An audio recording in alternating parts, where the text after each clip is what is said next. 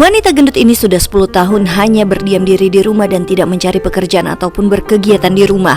Meski usianya kini sudah 32 tahun, dia terus menumpang hidup pada orang tuanya sampai setua ini. Kerjanya hanya makan tidur, dan makan tidur. Hari ini Du Leying diwawancara program reality show yang mencari orang-orang malas yang tak punya masa depan. Leying terpaksa mau karena dipaksa oleh ibu dan adiknya, juga sepupunya yang ternyata menjadi produser acara tersebut. Melihat ibunya mulai menggerutui hidupnya yang makan tidur saja, Leying tak kuat dan memilih pergi meninggalkan acara itu.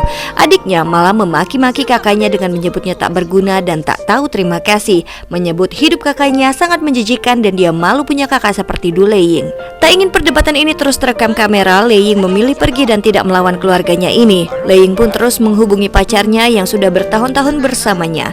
Demi sedikit menenangkan hatinya, Leying mengajak pacar dan sahabat dekatnya untuk bertemu. Dia pun mulai bercerita tentang situasi yang terjadi di rumahnya, di mana keluarganya begitu meremehkan dirinya.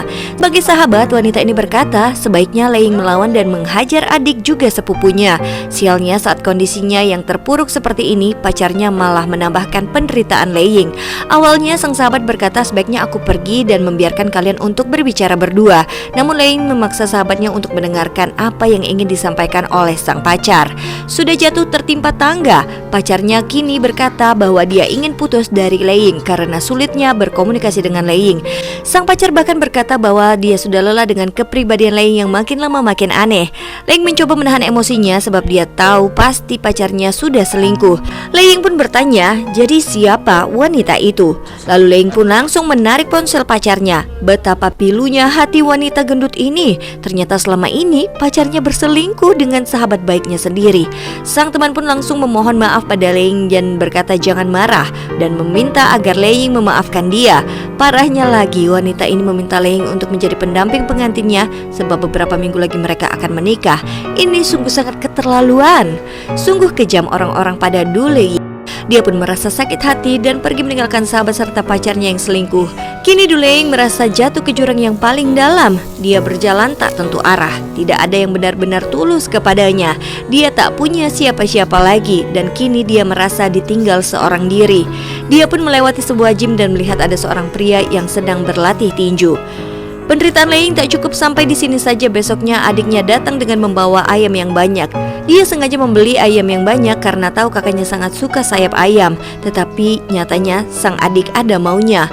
Si adik menginginkan warisan apartemen yang diwariskan nenek mereka pada sang kakak. Sang ibu lalu mencoba untuk membicarakannya pada Leying yang masih tidur. Benar-benar Leying tidak ingin melakukan apa-apa selain tidur. Kemudian di meja makan, adiknya melalui sang ibu meminta agar Leying mau menandatangani surat kuasa yang berisi penyerahan apartemen warisan neneknya kepada si adik dengan alasan kepentingan keponakannya yang akan masuk sekolah. Lalu ibunya bilang kasihan sekali nasib adikmu ini yang bercerai dengan pria yang tidak memberinya apa-apa. Mendengar itu Leying berkata iya wajar saja sebab memang sang adik yang berselingkuh dan keponakannya ini adalah anak dari selingkuhan si adik. Mendengar itu sang adik pun langsung naik pitam. Si adik berkata, aku hanya meminta bantuanmu sedikit, tetapi tidak perlu menghina seperti itu. Leying merasa dia tidak menghina sebab itu memang faktanya.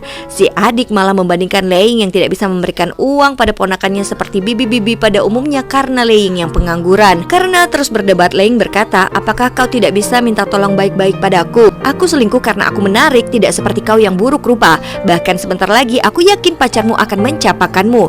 Mendengar hal itu, Leying yang baru putus dengan pacarnya membanting sumpit dan dibalas dengan lemparan sumpit dari si adik. Mereka pun akhirnya saling lempar dan membanting benda-benda yang ada di depan mereka. Si adik menyerang sang kakak sampai sang kakak terjatuh dan kepalanya terbentur. Sungguh kasihan hidup Leying yang gendut ini. Apakah hanya karena penampilan fisiknya Leying pantas menerima perlakuan seperti ini? Leying tidak melawan, dia hanya berusaha untuk melindungi dirinya dari serangan sang adik. Akhirnya Leying pun bangkit dan langsung mengemasi barang-barangnya untuk meninggalkan rumah orang tuanya ini. Sang ibu pun berkata pergilah untuk mencari kehidupan lain dan memberikannya sejumlah uang. Tetapi Leying yang kadung sakit hati menolak pemberian itu. Dia tidak membawa banyak barang, hanya beberapa baju saja. Lalu dia langsung mencari apartemen murah untuk bisa dia tinggali. Apartemen kecil ini harganya cukup mahal. Pria ini meminta 800 yuan dengan deposit 1000 yuan. Leying tertunduk lemas, dia tidak punya uang bahkan untuk menyewa apartemen kecil ini. Kemudian dia pun mengirimkan pesan pada ibunya untuk meminjam uang. Namun belum sempat dia kirim langsung dia hapus lagi karena rasa malunya meminjam uang pada orang tua.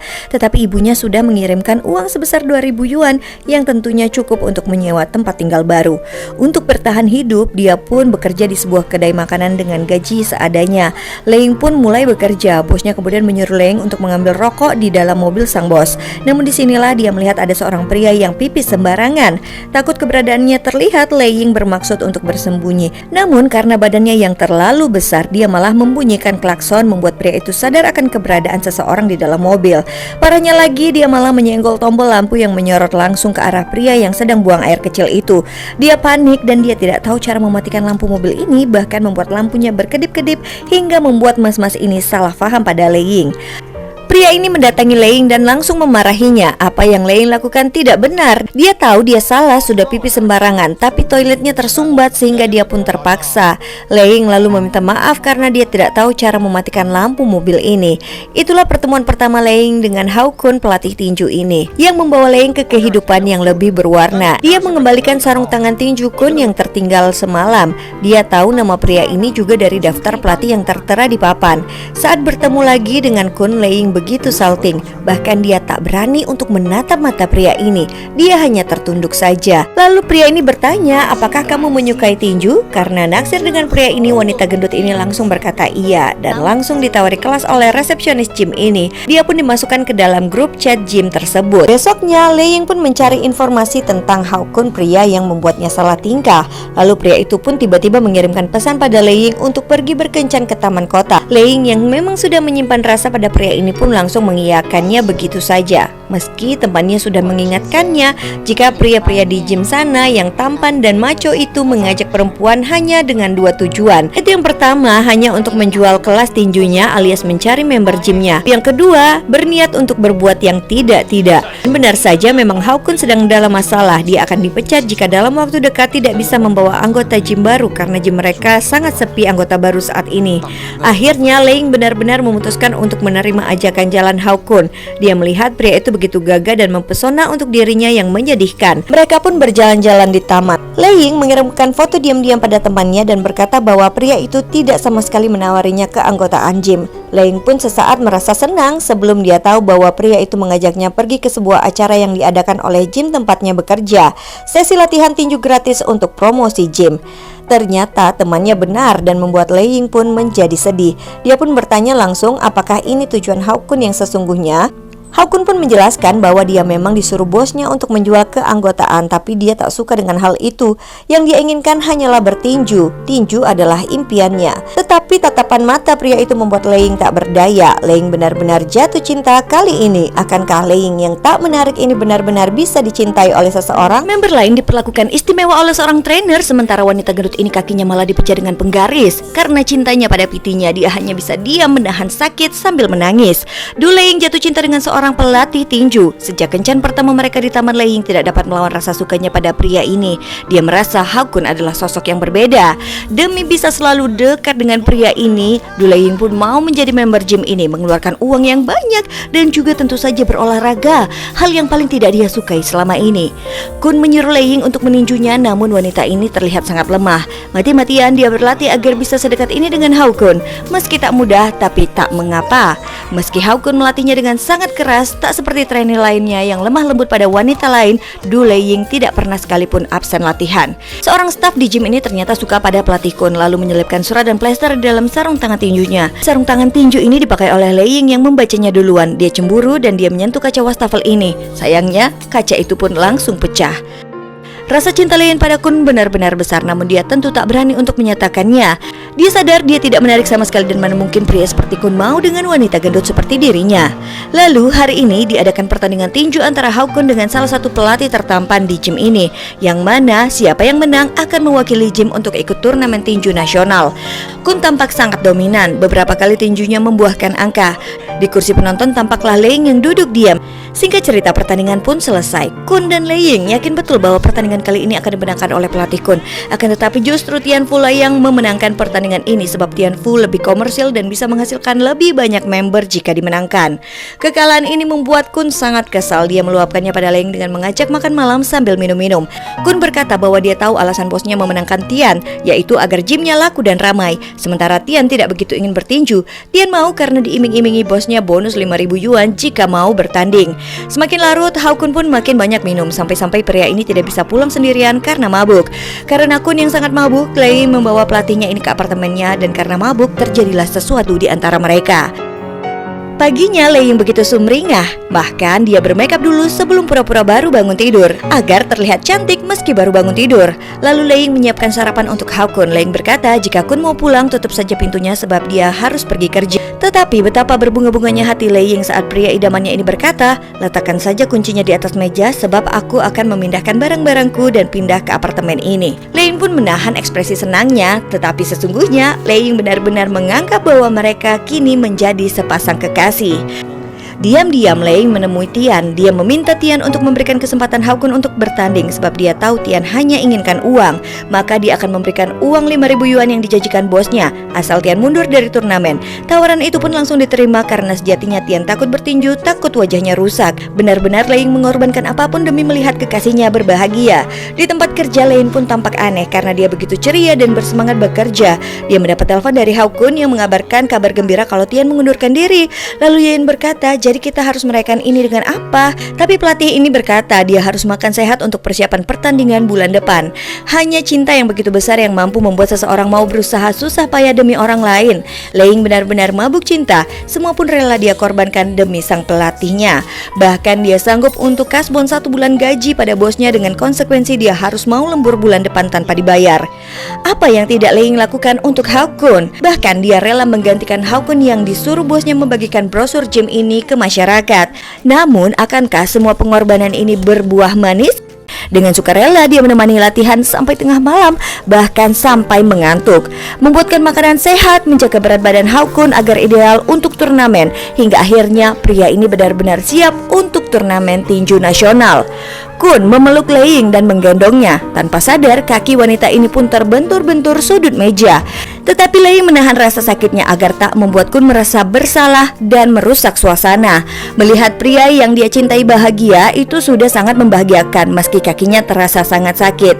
Hingga tibalah waktu pertandingan. Lei melihat Kun berbicara dengan seseorang yang memberikannya uang yang banyak.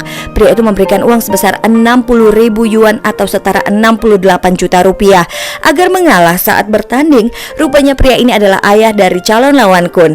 Lei yang sangat kecewa pada Kun. Hanya karena uang mengapa Kun mau menjual mimpinya?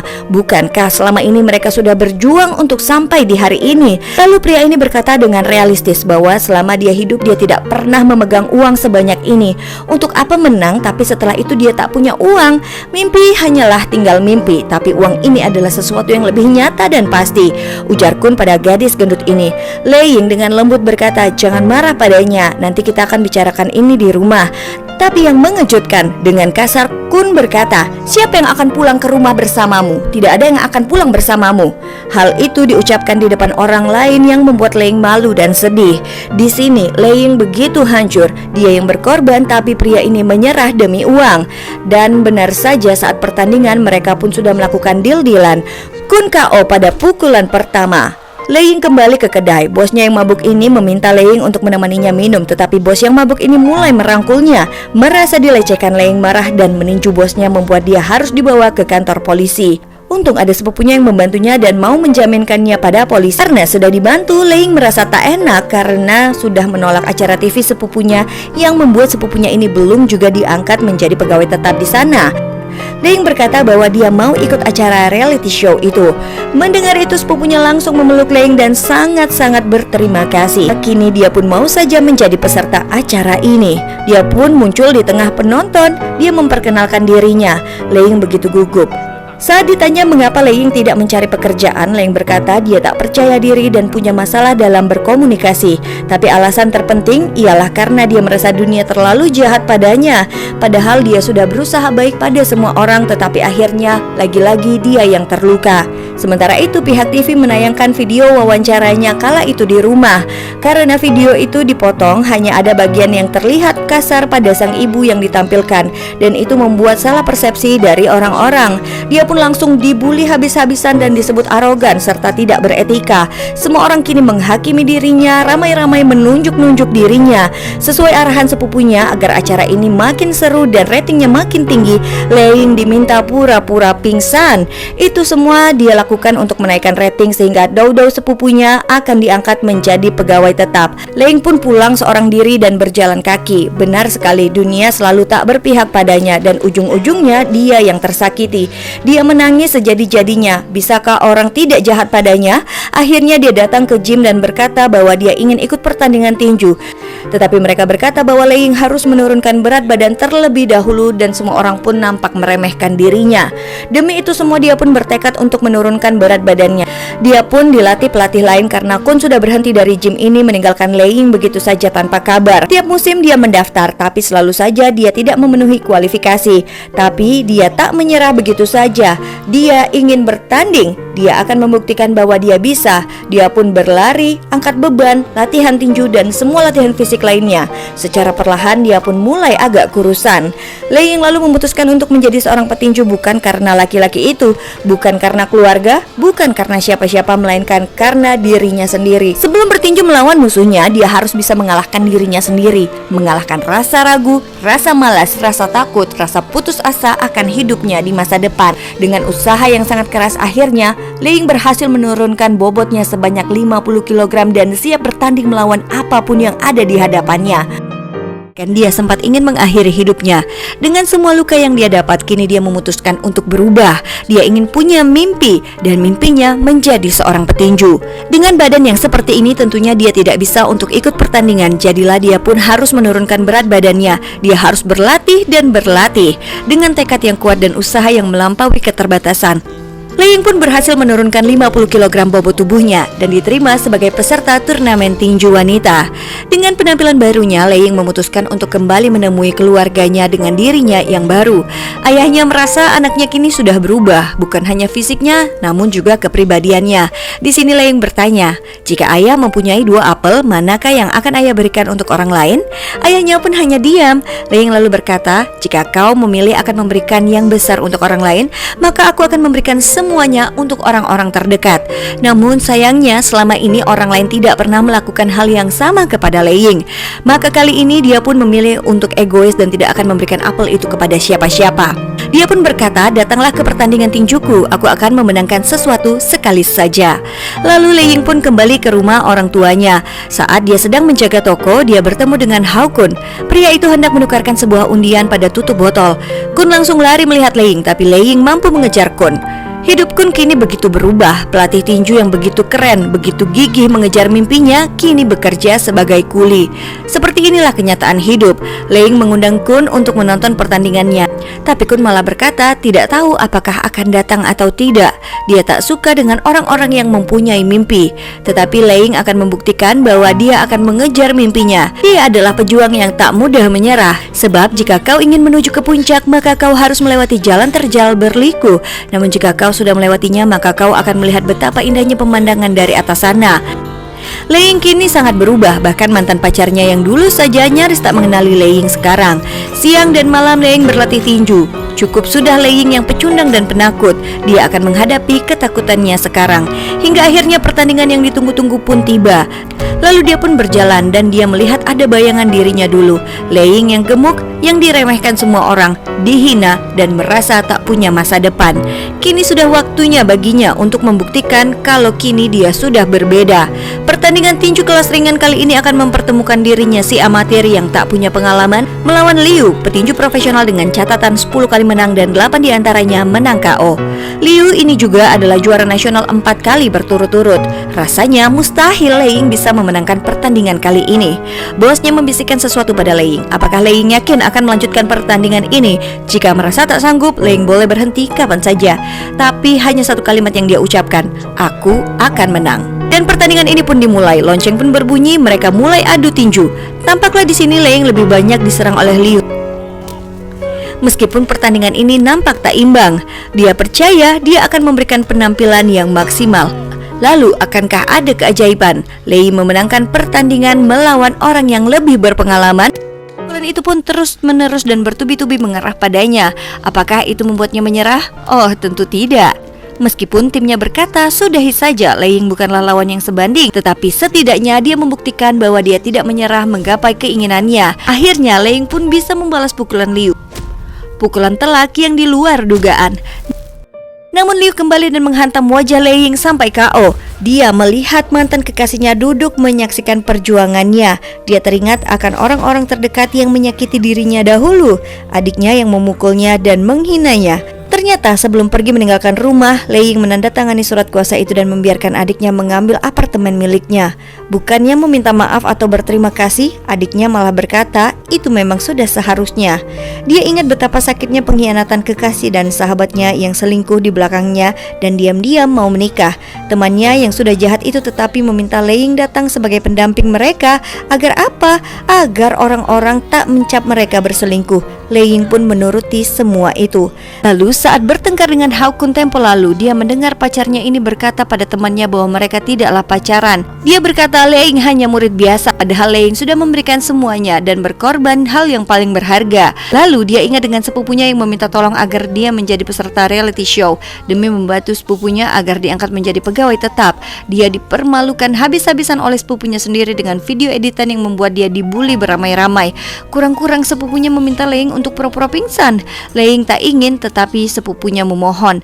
Dia rela dipermalukan, tetapi apa yang dia dengar dari monitor telinga sangatlah menyakitkan. Sepupunya tidak mengakuinya sebagai kerabat. Sepupunya berkata, jika tidak ada cerita, aku tidak akan menemuinya. Itu yang diucapkan oleh sepupunya ini. Sungguh dunia begitu jahat pada Lei Ying yang sudah berkorban untuk semua orang terdekatnya. Dia teringat malam itu dia pulang dengan malu dan luka di hatinya. Kehilangan harapan, dia memilih melompat dari jendela dan mati saja. Namun dia tak mati karena dia terlebih dahulu jatuh di atas atap dan baru sampai ke tanah. Dia bergumam, biarkan aku mati, sakit ini akan hilang jika aku mati. Bahkan untuk mati saja Lei Ying tak bisa. Dia kembali ke kamarnya menatap dirinya penuh kesedihan. Dia pun menangis, tangisan yang sangat memilukan. Dia tidak pernah menang sekali saja dalam hidupnya. Itulah yang membuat Lei Ying memutuskan untuk berubah menjadi petinju yang menghadapi semua lawannya. Dia bangkit, dia menangis, berusaha menyerang musuhnya. Namun wasit berkata pertandingan ini telah usai. Lei Ying sudah KO dalam hitungan yang sudah ditentukan. Di depan keluarganya, pengumuman pertandingan ini pun diumumkan dan pemenangnya tentulah Liu. Dan mereka pun berpelukan. Liu berkata bahwa Lei Ying sudah tampil sangat baik. Lei Ying turun dari ring tanpa menyapa orang-orang terdekatnya. Lei Ying babak belur. Di luar, ternyata Hao Kun, pria yang pernah paling Lei Ying cinta, sudah menunggunya. Kun berkata, kau tampil bagus dan kau hampir menang. Lei Ying menjawabnya dengan berkata bahwa dia sudah menang.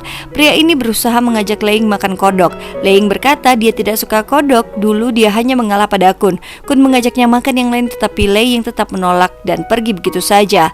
Lei Ying berjalan sendiri melangkah maju, tidak lagi menoleh ke belakang. Hidup memang tidak harus serta-merta menjadi juara, tetapi juara sejati adalah mereka yang berhasil mengalahkan diri mereka sendiri dan terus berjuang menjadi versi yang terbaik. Dan film pun selesai. For your info guys, di film ini si aktris beneran diet loh, menurunkan 50 kg dan film ini dibuat lebih dari 1 tahun. Terakhir pesanku untuk semua, ingatlah hidup itu untuk dirimu sendiri guys. Berjuang bukan untuk siapa-siapa, tapi berjuanglah demi diri kita sendiri. Nah, gimana guys? Semoga menginspirasi. Sekian dan terima gaji.